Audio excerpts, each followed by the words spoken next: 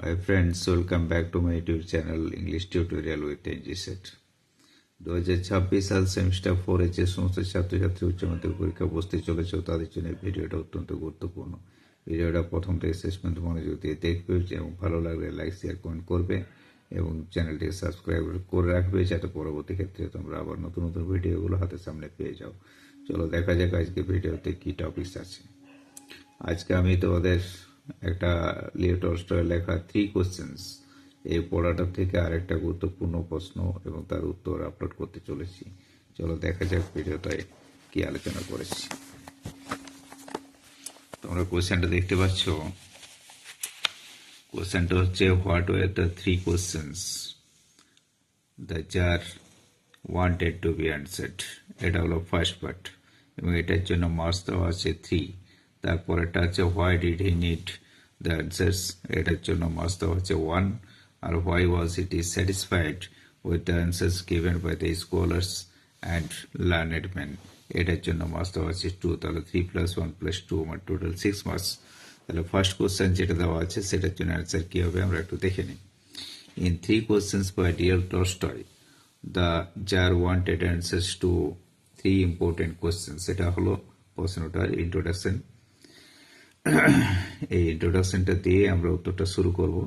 এখানে মানেটা হচ্ছে লিও টলস্টয় লেখা 3 কোশ্চেন্স এই পাঠে the tsar wanted answers to 3 important questions মানে হচ্ছে যার 3টি গুরুত্বপূর্ণ প্রশ্নের উত্তর চেয়েছিলেন।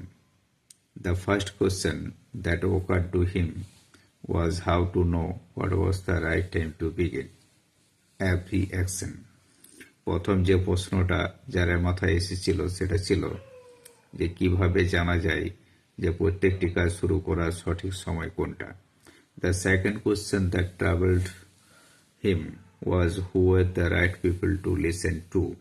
দ্বিতীয় যে প্রশ্নটা যারকে কষ্ট দিত সেটা ছিল কোন ব্যক্তিটা হচ্ছে সঠিক ব্যক্তি যার কথা আগে শোনা হবে।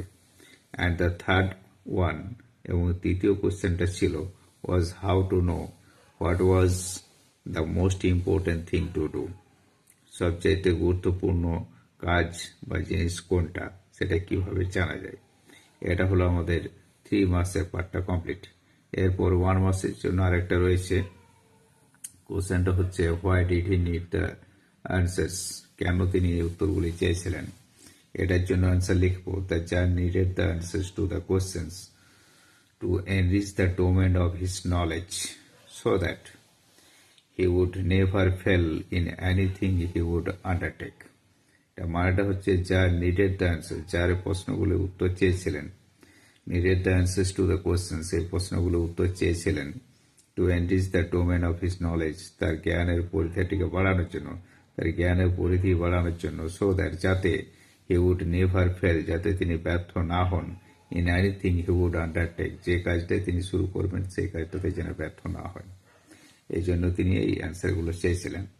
এরপর থার্ড পার্ট দেওয়া আছে।